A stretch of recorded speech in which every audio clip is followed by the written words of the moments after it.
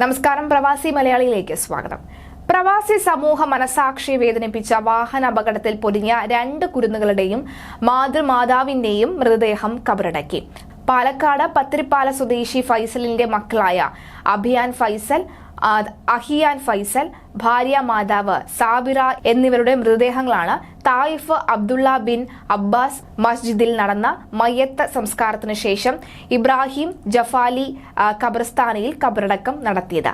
ചികിത്സയിലായിരുന്ന കുട്ടികളുടെ പിതാവ് ഫൈസലിനെ ആശുപത്രിയിൽ നിന്നും പ്രത്യേക അനുമതി നേടി അന്ത്യകർമ്മങ്ങളിൽ പങ്കെടുപ്പിച്ചു.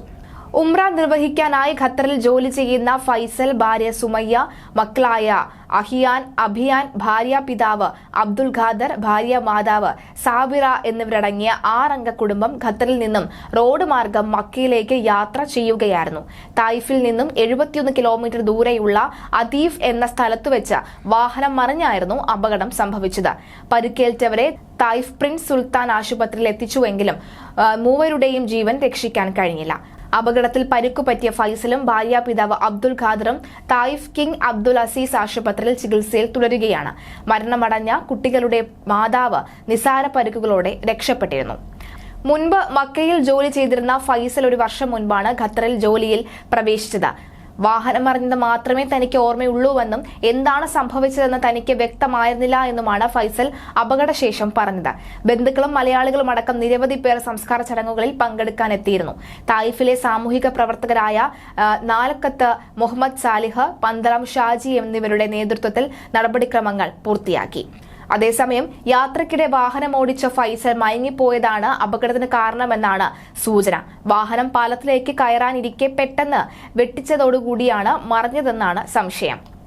ഖത്തറിൽ നിന്ന് ഉംറ നിർവഹിക്കാൻ മക്കയിലേക്ക് വരികയായിരുന്നു മലയാളി കുടുംബം.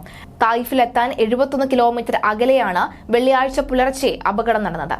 ഖത്തറിൽ ജോലി ചെയ്യുന്ന പാലക്കാട് പത്തിരിപ്പാല സ്വദേശികളായ ഫൈസലും കുടുംബവുമാണ് അപകടത്തിൽ പെട്ടത്. ഇവരുടെ മൃതദേഹമാണ് ഇപ്പോൾ ഖബറടക്കിയത്.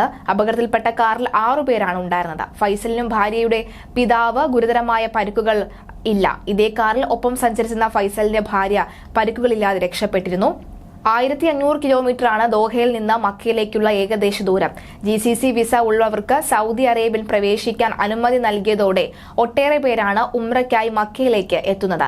ഇങ്ങനെ വരുന്നവരിൽ ഭൂരിഭാഗവും സമയം കളയാതിരിക്കാൻ വിശ്രമം ഒഴിവാക്കുകയും ചെയ്യും. വിശ്രമമില്ലാതെ ഇത്തരം യാത്രകൾ പലപ്പോഴും അത്യാഹിത അപകടങ്ങളിലേക്കാണ് നയിക്കുന്നതായി സാമൂഹിക പ്രവർത്തകർ പറയുന്നു.